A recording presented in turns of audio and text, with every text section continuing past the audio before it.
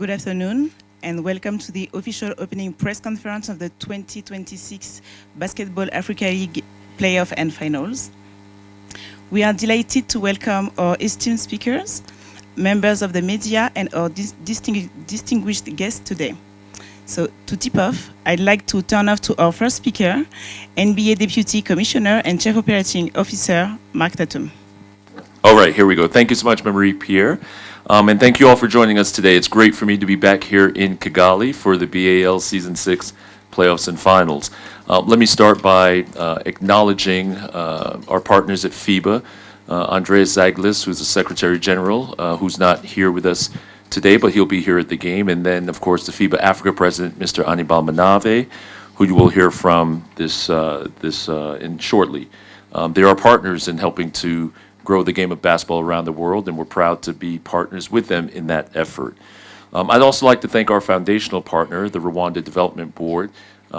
Their support has been incredible. It's great to be back here for the 6th season. We've played the BAL here now in all 6 of those seasons, with 5 finals and playoffs being right here in Kigali at this beautiful BK Arena.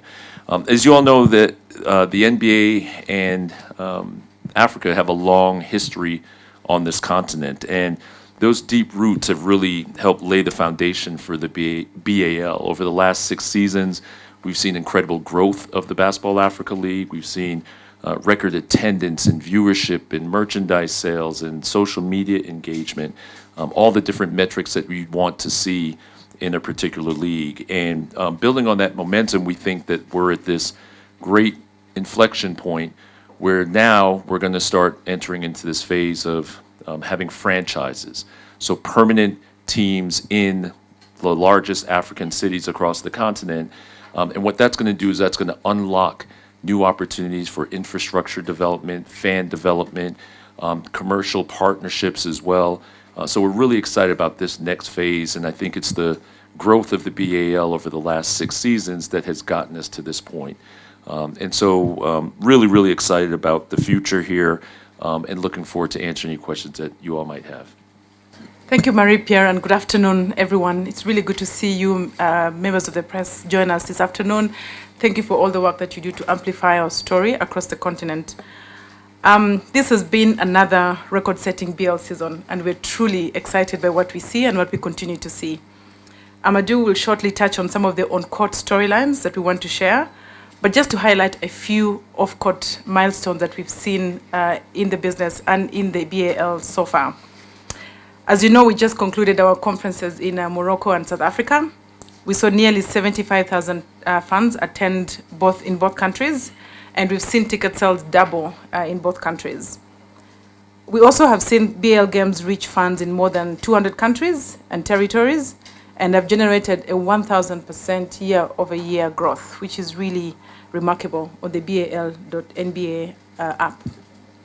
We've also seen a record 20 marketing partners join us on this journey of building this very unique sports property on the continent. But in addition to the games, we continue to see that the BAL continues to celebrate the convergence of basketball and African culture through music, fashion, lifestyle, and entertainment. And we shall see that in today's game as well.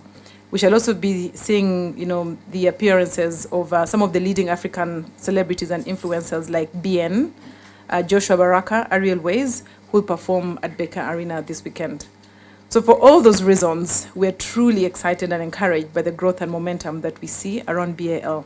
And we do believe that we are on a path of becoming the preeminent sport and entertainment product on the continent. And we're truly excited by that. Thank you.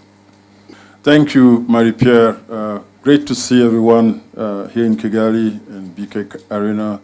For the 6th straight season, we're bringing the Basketball Africa League live experience here in Rwanda, where it all started. And it is always a great pleasure to be amongst you, members of the media, that the great stories that our leagues are continuing to write, you are amplifying it. And the local heroes, the incredible competition that we've seen this season. I know at the start of every season, we'll talk about,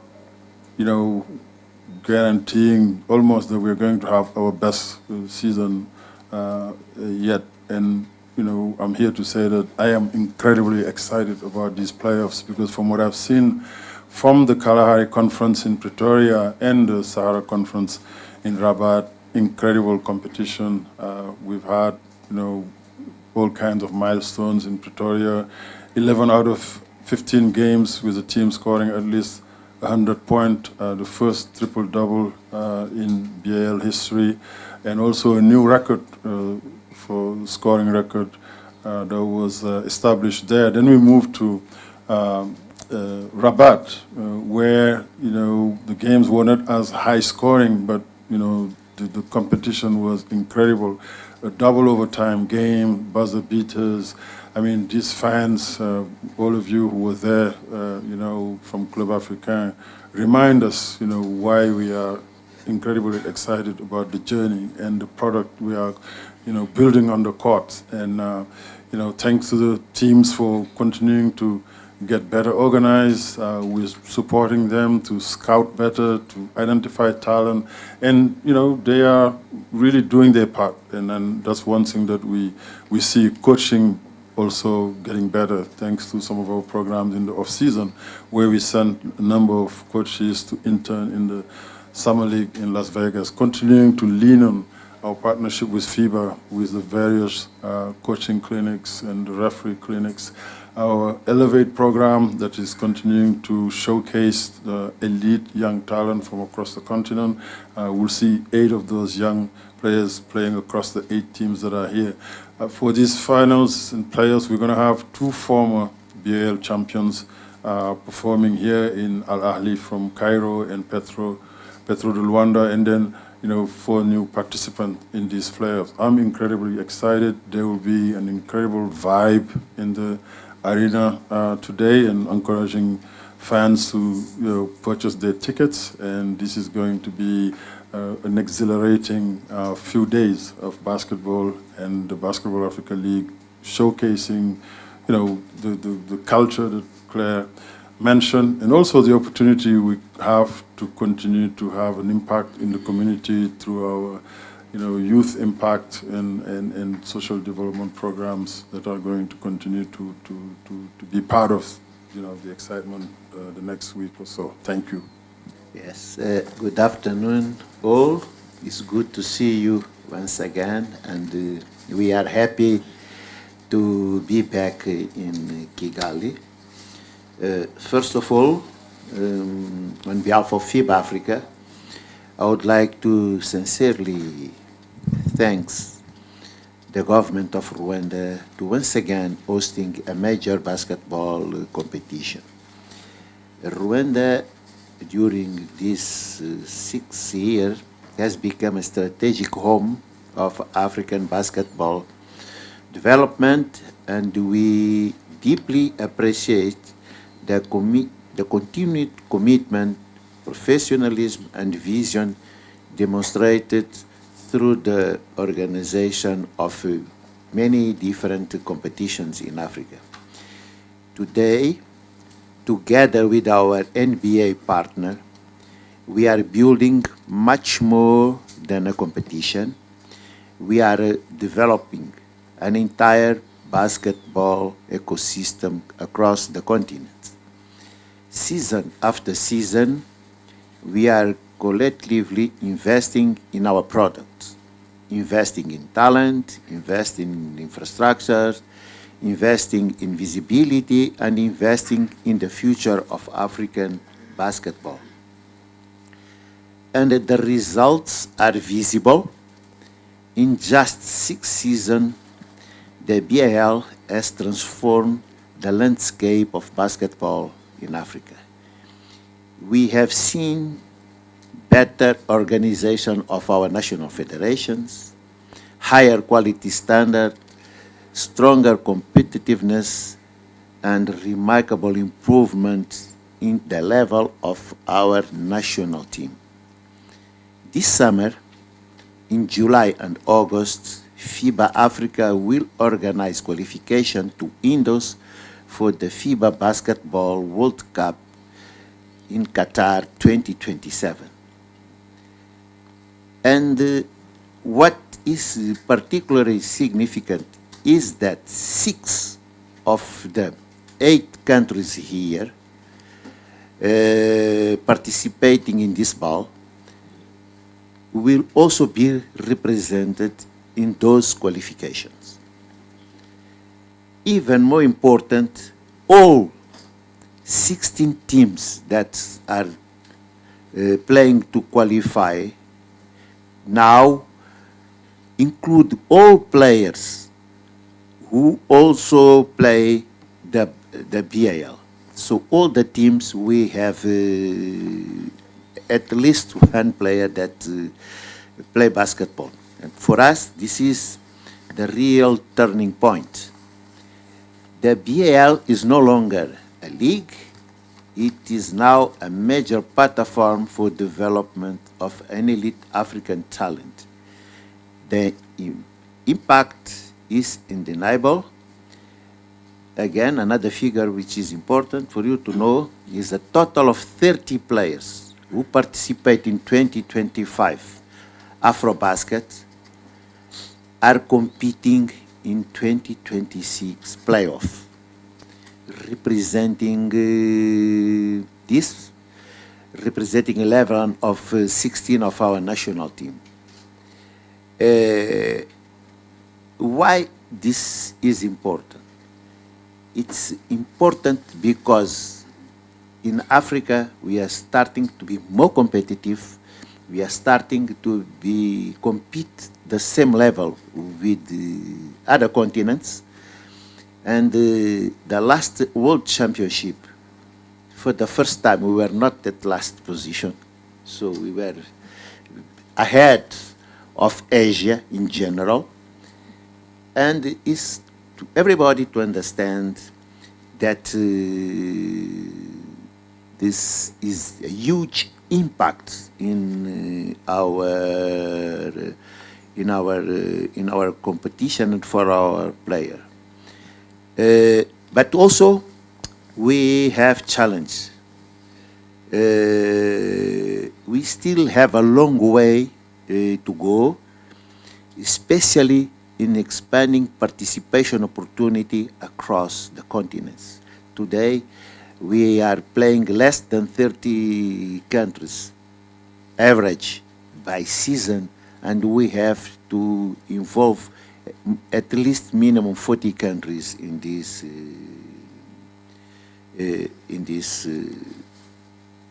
competition.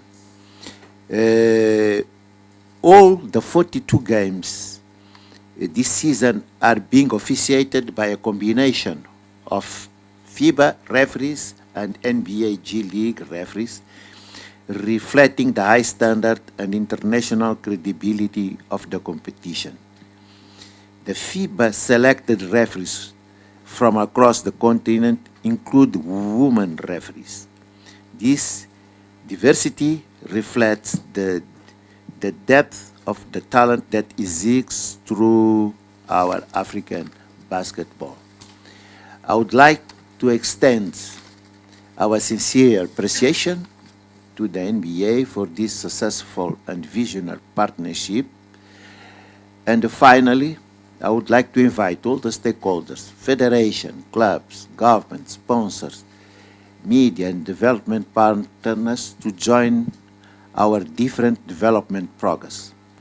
These initiatives will directly strengthen our product, develop our young talent, improve our competition, and to continue to enlarge the African basketball family. I would like to wish good luck to all the teams. Let's enjoy this final, and thank you very much.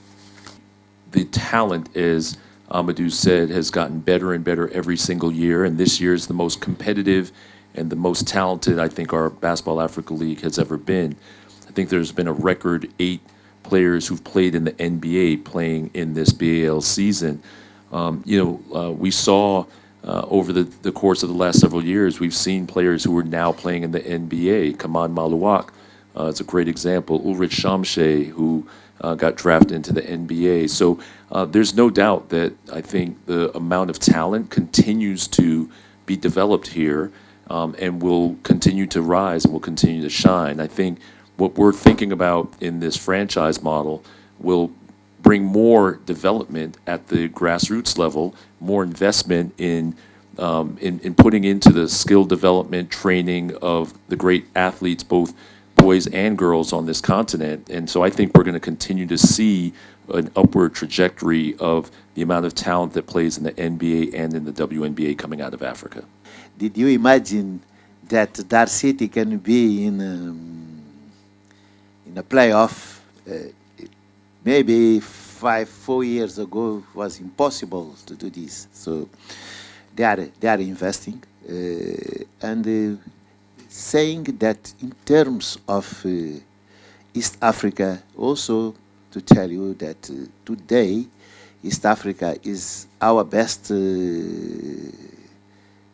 area in terms of continent. You have Rwanda, you have Uganda, you have Kenya, Tanzania, Burundi, Egypt, Sudan. So it's a very, very, very good and very important.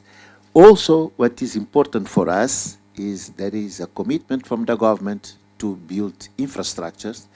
You remember that in the past to play in East Africa was almost impossible, but today Uganda, they built one arena of 2,000. We had an information today from the minister of Uganda. They want to build in 2 years an arena of 15,000. It's also important because everyone in this region want to beat BK Arena. Nobody want to build less than this. So for us, it's very important. It's visible the development, and we are happy with what's happened. As we're structured today, it's an open league. So a local champion, national champion in the country can qualify to come and play in the BAL. And that's what we have today. Now, that has limitations, as we've seen, because a team does not know they're going to play next year until they qualify. And so in terms of investing in talent, investing in commercializing, getting sponsors, that's all limited because you do not know, it's not predictable. And so this is why we're thinking that after proving the concept, which we've done over the last 5 to 6 years, and the concept has shown clearly that there is demand of our product on the continent, we see ticket sales growing every year, we see attendance, we see watch hours, viewership, every metric grows every single year, and a lot of times double digit, sometimes even triple digit. So that growth has shown that demand exists, one. Number two, it has also shown that talent, everybody has talked about talent, that there's immense talent on the continent, but also talent to produce and to, beyond the court. You're going to see a very good product that is produced by a lot of African talent that has been developed over the last few years.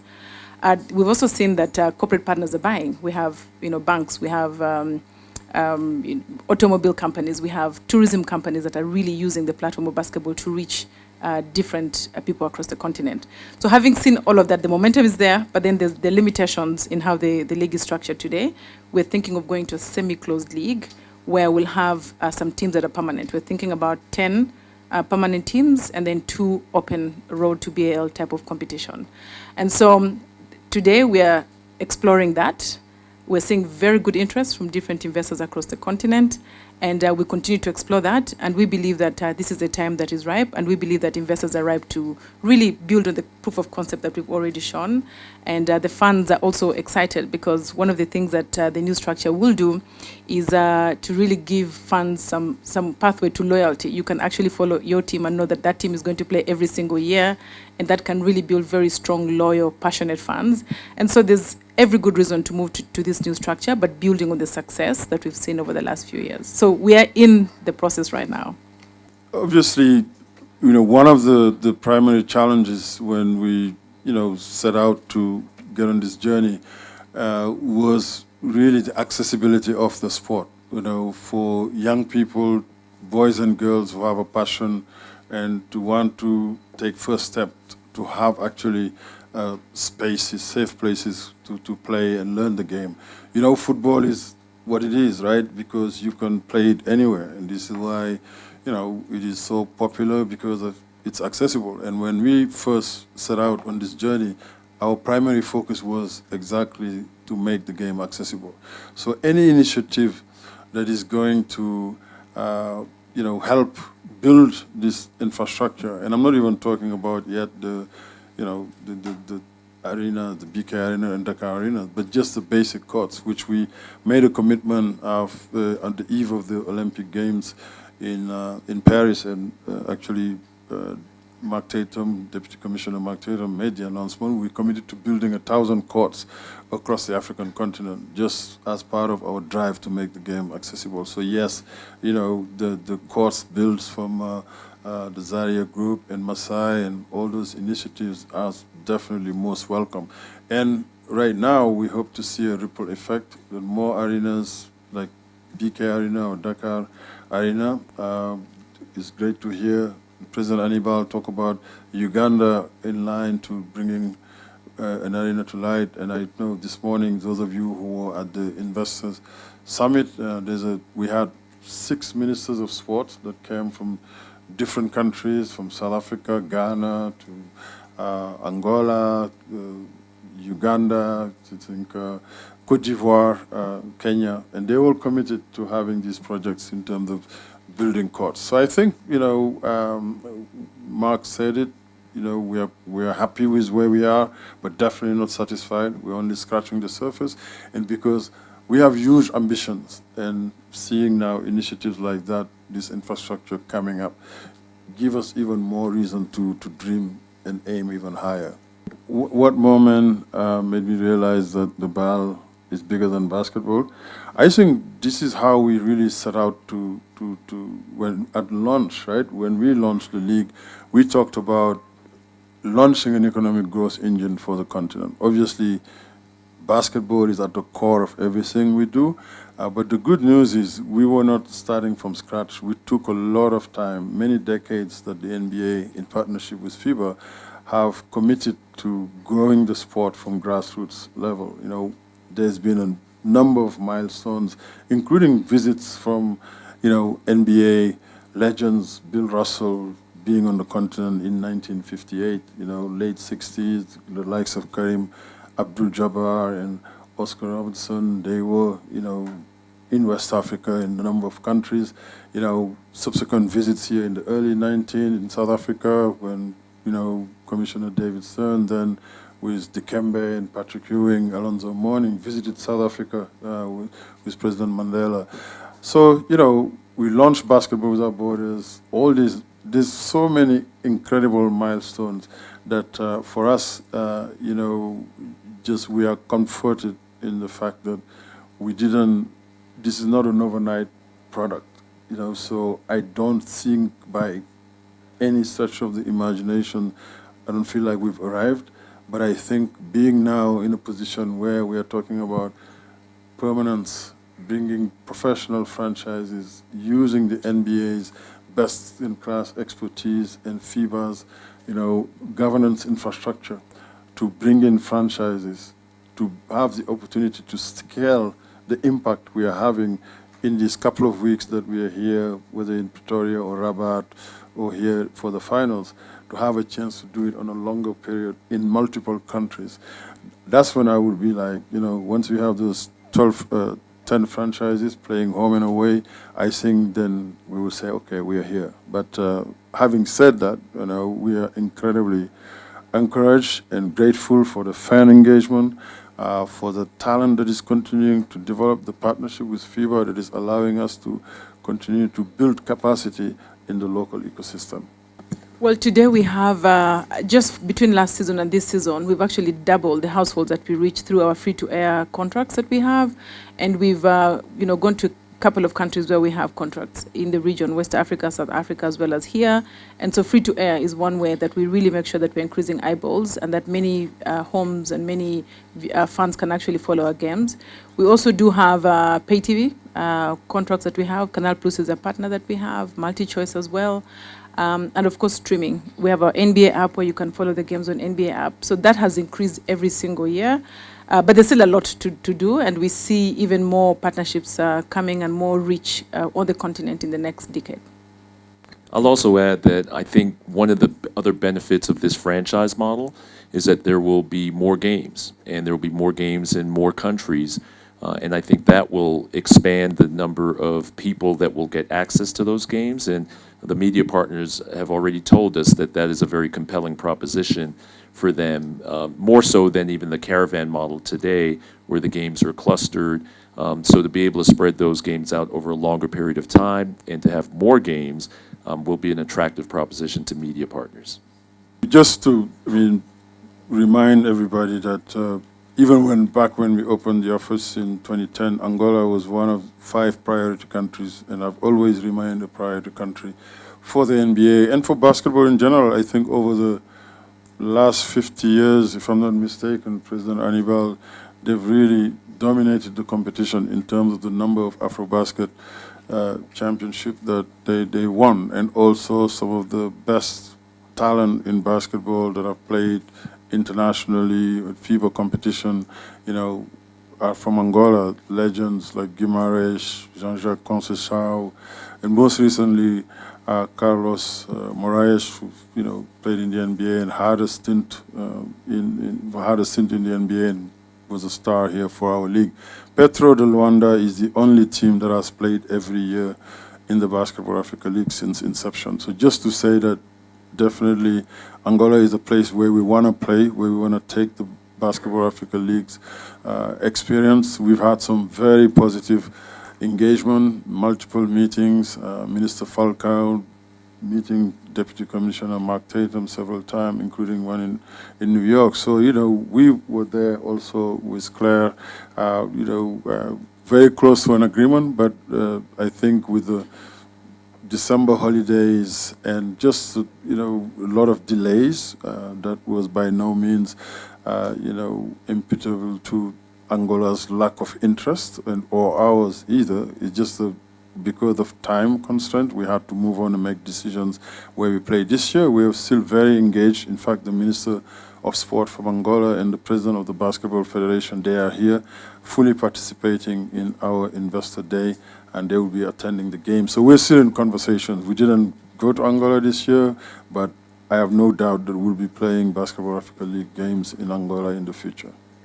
When you look at the size of the youth population here and what that's expected to be in the next several years, a quarter of the world's, or half the world's youth population and a quarter of the world's population. And so to me, those are demographics, and those are demographics that no other continent or no other place in the world has. And I think what we're seeing is the youth love sports. And that's why we think there's such a big opportunity to use sports as a driver of economic growth, to create jobs, to create new businesses around the business of sports. We've seen around the Basketball Africa League for the last 5 years that because entrepreneurs have sprung up to support these games around the continent, you're seeing entrepreneurs in ticketing, in marketing, in transportation, in food and beverage service. And so these young entrepreneurs are taking advantage of this sports ecosystem. And I think that's the reason we get so excited about this continent and why others should be excited about it too, because of the size, the growth. Some of the fastest growing economies in the world are here, and that's why we are getting so excited. That, coupled with the passion for basketball and the growth of basketball on the continent, makes this a very, very compelling time for the NBA and BAL on the continent.